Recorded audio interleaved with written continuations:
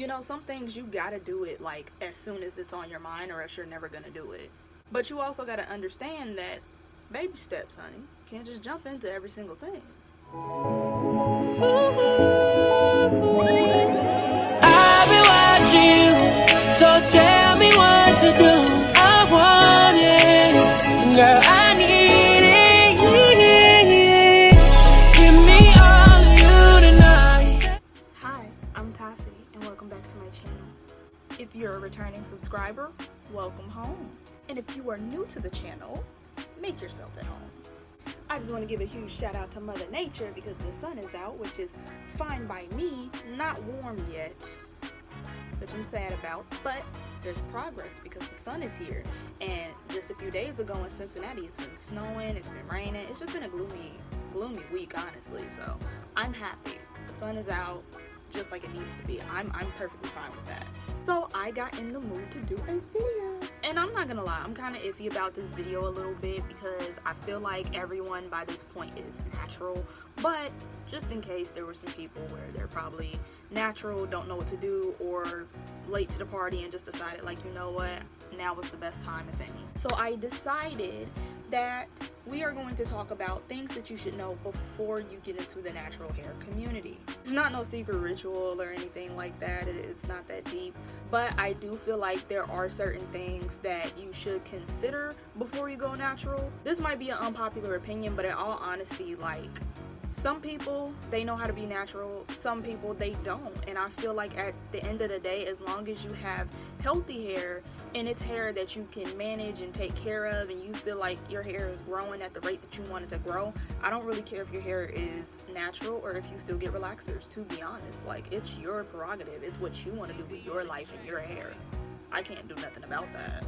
But there are some things that we need to talk about that I feel like is important before you take that leap of faith and go into the journey. And it's not because they're necessarily laws, but it's just something that you should probably know just to get a feel of if you really want to do it or not. You know what I mean? I'm sorry if I keep doing this like throughout the whole video. I'm gonna try and edit that out, but see, I twisted this part up and moved it over to the side when I went to sleep, and now it's like it just won't stay over here, so excuse that. But back to the video. These are the things that you should look into before going natural. So one of the first things you want to do before you go natural is to determine whether you want to do what is called the big chop, or if you want to do what is called transitioning. So the big chop is when you cut off all of your hair that is relaxed.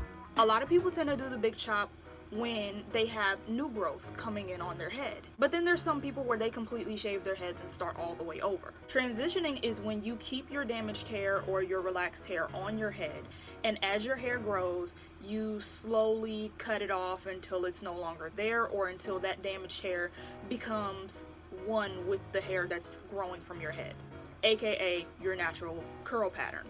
And this is important because both processes have different treatments. Me personally, when I became back natural, I went through the transition instead of doing the big chop because honestly, I had never been accustomed to having short hair. I've always had lengthy hair, I've always had long hair, and I got to the point to where my hair was so relaxed that it was just like majority of my hair would have been off.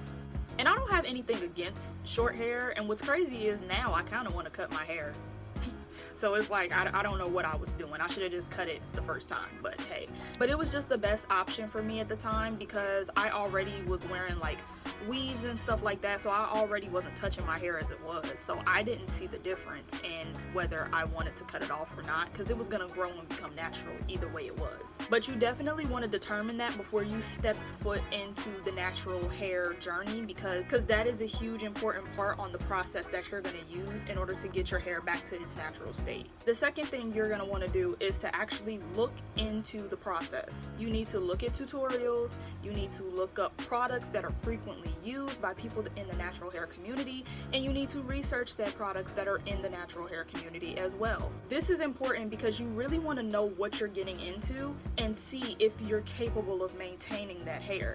Because one thing about natural hair is that it is work. It is a lot of work, even though it's, in my opinion, better than getting a relaxer every month. But it is a lot of work. It is not for everybody. So it's important to look up tutorials on how to either maintain your natural hair or even natural hairstyles. It's important to look at the products that are frequently used because you cannot just put any and everything into your hair. Even in the natural hair community, there's a few products where it's like controversial. Some people use it, some people don't, and you have to determine which side you're on. And no shade, no tea, but there's certain products where still to this day I would not touch it. And everyone hypes it up and is just so supportive of it and just loves it, and it's just like, oh, I only use this product, and I personally would never. Like, that's just the way it is. And I personally wouldn't use them because it might not work for my hair for various reasons, or I don't like the products that are in there. And that is the thing that you need to know as a natural, is what products are you putting into your hair. You want to be very conscious about the things that you're putting into your hair. It makes a huge difference on your hair type and your curl pattern. And if you don't believe me, then honey, you clearly have not been on social media, because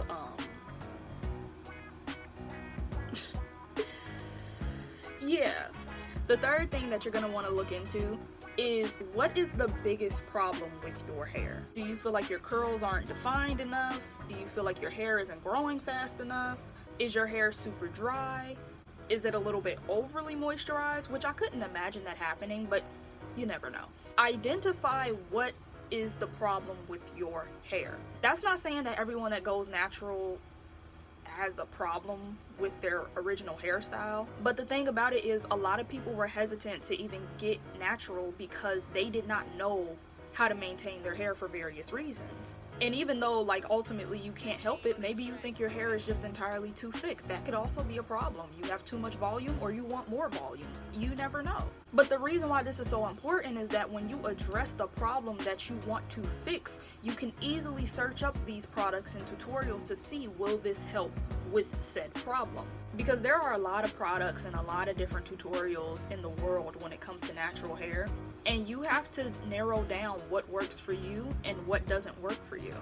And identifying your problem will be so beneficial in the whole process. Like me personally, my problem with my hair is that my hair needs moisture. It is very prone to getting really dry really quick, especially in the wintertime. The other problem with my hair is that it has 3 different hair textures. Even though I would consider myself a black woman and I am very much African American, my bloodline is very, very diverse. So when genetics came into play with me, my mom, and my siblings, it was literally a roll of the dice, and they were just like, hypothetically speaking, what if, just hear me out, what if we just scrambled a bowl together of all of them, every single bloodline, every single ancestor, right? And we just pour it into one person. What would happen if that were to happen? Just what if? And somebody in the room just said, you know what, that's a good idea. They greenlit it, and here I am. Everyone else in my family, oh, we got the Irish gene. Oh, we got the black people gene. Oh, we got the Asian gene. And then there was my family where there. So I know for me personally, there's a lot of common products that everyone just rants and raves about and says, this is perfect. And I'm just like, this is complete ass. This is complete ass for my hair. So just keep that in mind if you're thinking about going natural. The next thing that you want to know is, what is your hair type? Now with this one, I don't really know if that'll be 100% easy to discover, because if you're the type where you have always relaxed your hair, or you just never really seen your hair in a healthy state, it's gonna be pretty hard trying to identify what hair type, hair texture you are. But if you do happen to do the big chop, or you happen to be in the transition phase, you can easily identify your hair texture. And I'm gonna try and put up a chart if I can find like a really good chart for reference. But hair textures can range from 1 to 4, and at the end of each of those numbers, it will be an A through, I believe, E in certain cases. 1 being the straightest form of hair, and 4 being the curliest type of hair. It's important for you to figure that out because everyone's curl pattern is different. Even if we're all black people, we all have different hair textures. You know, I just sat there and told you how my hair texture is. I cannot decide if I have 4C hair or if I have some type of medium to low 3 type hair. I really do not know still to this day, because it just depends on the day for some reason. It just depends on how my hair feels. Like, apparently my hair has a personality, and when it has an attitude, it wants to be 4C. Like, first of all, calm down, because I'll cut you off. I brought you into this world. I will take you out. Chill out. But then there's days where it wants to be nice and it wants to be like a 3D, 3C-ish. Like, I don't know. But your hair type is very detrimental to your process, because there are certain products that are custom for those specific hair textures. Now, there's nothing wrong with including all different hair types when it comes to talking about the natural hair movement or the curly hair movement, because we all have went pretty much through the same process and learned to love our curls and so on and so forth. So I don't want to leave anybody out. But the harsh reality of it is, majority of the people that are in the spotlight when it comes to the natural hair community are people that have looser curls, meaning the 3As and the 3Bs and possibly even the 2s. So naturally, if you search up anything about a natural hair care or anything, those are usually the first people to pop up. And if you don't believe me, you can minimize this video and go to your browser, search in natural hair care. I guarantee you the first person that you're going to see is somebody who's like a little lighter than me, with a curl pattern that looks like it was done with this. That's no shade, but I'm just saying, like, that's what happens usually. And in all honesty, you technically can change your hair type. You can condition your hair to look exactly how you want it to look. But the reality of it is that it takes a lot of work, and nobody's doing all that work to change their hair type. So ultimately, the person that you're looking at, their hair is not your hair. It is impossible for your hair to look like that. You know that your texture is somewhere in the 4s, and there is nothing wrong with that. So it is really important to know your hair type, because I don't want anyone to feel like they're discouraged because my hair doesn't look like her hair. My hair doesn't flow the same way as hers. Mine isn't as bouncy as hers. Like, it's not supposed to be, because it's not your hair, it's her hair. This is your natural hair care journey, okay? This is not anybody else's. You can't just compare your hair to somebody else's, because you will never be happy. And that's just the reality of it. So please, please, please, please, if you can, look up your hair texture before you do anything. And the last thing that you're gonna wanna do once you've went down this whole entire list, stock up on your products. Stock up. Stock up on your products. Because the thing is, being natural is so beautiful. I love it. But it's expensive. It is expensive. Everyone will try to make it seem as if going natural just means that you're too poor to keep your hair together and buy perms and keep weave in your head. First of all, I'm natural and I still wear weave. This is not all of my hair. This is not all of my hair, okay? But in reality, being natural is probably way more expensive than being relaxed. I can't relax. So there you have it. This is what I feel like you should know before you decide to go natural. But please be advised that this isn't only for people that are just now starting to be natural. This can also be for people that are already natural. Because believe it or not, there are people that have been natural for years and they just have no idea what to do, which is perfectly fine. Everybody's process is different. You're not supposed to know every single thing in the world. That's why we have people like me that are willing to put towards this information. So hopefully you enjoyed this video. If there's any other information that you feel should have been added to this list, don't be afraid to comment it down below. Don't forget to like, don't forget to subscribe if you're new here, and share this video if you can. So with that being said, thank you for watching, and I will see you next time.